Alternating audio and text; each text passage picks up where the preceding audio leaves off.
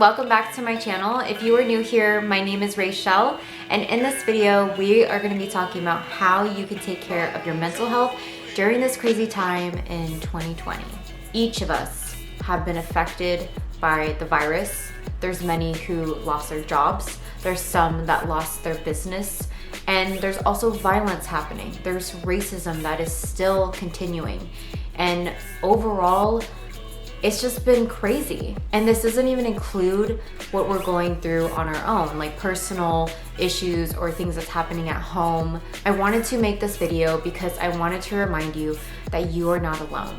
Each of us are handling everything that's happening in the world in our own way. And each of us are also going through our own struggles. But we need to remind ourselves to prioritize our mental health and take care of ourselves. And so this video is for you, especially if you are having a hard time to just self-care and set time for yourself to de-stress. Because if we keep going, we're only gonna burn out. And so I hope these tips that I give you guys are really helpful, and I hope each of you are staying safe and doing what's right. Alright guys, we're gonna get started. If this is something that interests you, please don't forget to like and subscribe, and of course turn on those notifications so you don't miss a next video. Be mindful of the content you're consuming. Now I understand that if you want to watch the news and go on social media just to be up to date and also just learn and understand what's going on in our world, there's nothing wrong with that. But if you find yourself being really stressed out and constantly thinking about what's happening in the world and not even focusing on yourself ever, then that means it's time to take a step back, because it's really up to us what we want to watch and what we want to consume. Everything online, on the news, social media, wherever it is, it can be really addicting. And just like Instagram, wow, I can't even talk. And just like Instagram and TikTok and Facebook, etc., they all have an algorithm. So the more you watch something, of course, the more it's going to show up on your feed. And so remember, you have control of your phone, you have control of your computer, so you have control of what enters your mind. Surround yourself with positive thinkers. Now, I know this is obvious, but we don't want to surround ourselves with people who are constantly negative and constantly worrying about what is happening, because the more they worry and the more negative they are, it's just going to affect your energy, and it might even bring you down, and it might even cause you to worry even more, when really you could just be more positive and optimistic and just praying and hoping for the best instead of worrying for the worst. Now I get being positive doesn't always have a drastic effect, but I promise you it's so much better than being negative. And the more negative you are, the more it becomes a habit, and the more your brain is going to realize, like, okay, I keep thinking about these negative things, so I'm going to continue thinking of these negative things and start attracting more negativity. And we don't want to attract any negativity in our life, so we might as well be more positive. And life is short, so why continue being negative, you know? And why continue being with negative people? Makes no sense. Schedule yourself a worry time. Now, I know that sounds a little bit weird, but if you really think about it, it could be really helpful for you.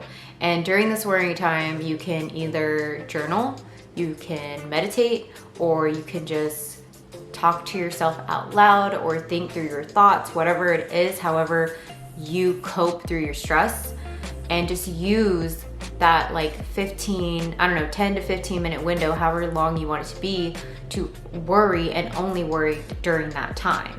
When your body is constantly stressed, your body's not going to know the difference of when to rest and when to stress, and it can really affect your hormones. So anytime you are worrying during the day, just tell yourself, like, no, okay, now is not the time to worry. I'm going to focus on that later during my worry time tonight at 7 p.m. When you do it, use that time to find a solution for whatever issue that you may be having. Or maybe you'll figure out that, okay, I don't have control over this, so I'm no longer going to worry about this at all.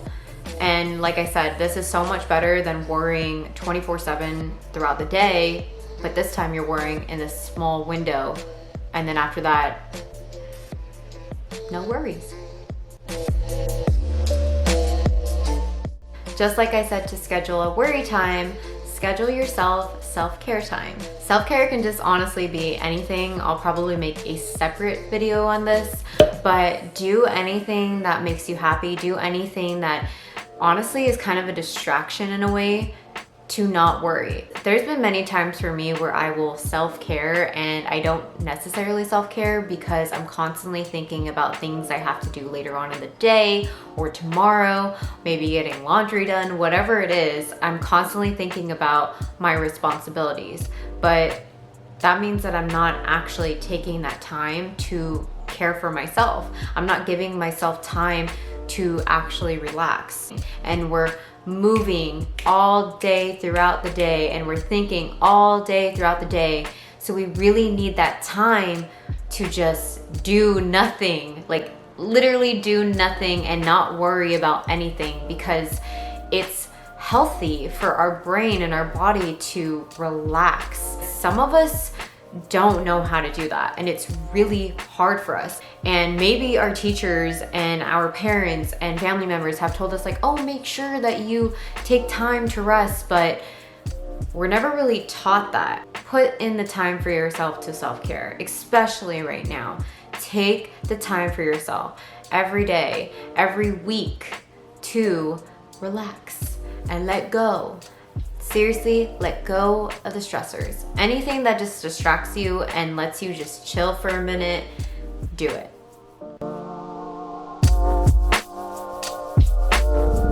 Take a moment to breathe. This is really, really helpful for me, especially when I'm really mad or I'm freaking out, because when you take a moment to just breathe in slowly and breathe out, it just calms your body in so many different ways. And what I like to do is breathe in and count backwards to 5, and then backwards to 5, backwards from 5. And then when I breathe out, I do the same exact thing. And every single time you breathe out, just think to yourself like, okay, I'm letting go of all the negativity and all the stress that I currently have at this very moment. Just keep doing that until you find yourself in a very relaxed state, because it really does help. And when you take a moment to breathe and also count backwards from 5 to 1, it also triggers something in your brain for you to basically make a more rational decision. Counting backwards from 5, it definitely does trigger something in your frontal cortex. And I learned this from the 5-second rule from Mel Robbins. So if you haven't heard of that rule, definitely look it up. She doesn't really say to count backwards from 5 when it comes to breathing, but I found it really helpful. I basically incorporated her 5-second rule into my breathing technique, and it's helped me a lot. And so I really hope one of you try it out. Another tip I want to give you guys is to try to accept that we can't control the future. I understand that many of us really wanted to have the best year, and a lot of people thought this was going to be the best year because it's 2020, but a lot of things just happen and shit happens. I just want you guys to try your best to be positive and take control of what you can control and let go of things you can't control, like predicting the future, and try to not worry so much that bad things are going to continue happening. The more we focus on better things and positive things and things that we do want to happen, then we'll only attract that. But we don't want to be attracting things that don't serve us, right? It's our job to focus on the positive. Like I said before, energy attracts energy, and so we want to put all the positive energy and all the love that we can out in the world so that we can continue attracting exactly that. And the last tip I want to give you guys is to reach out for help. It is okay to ask your family or your friends for help.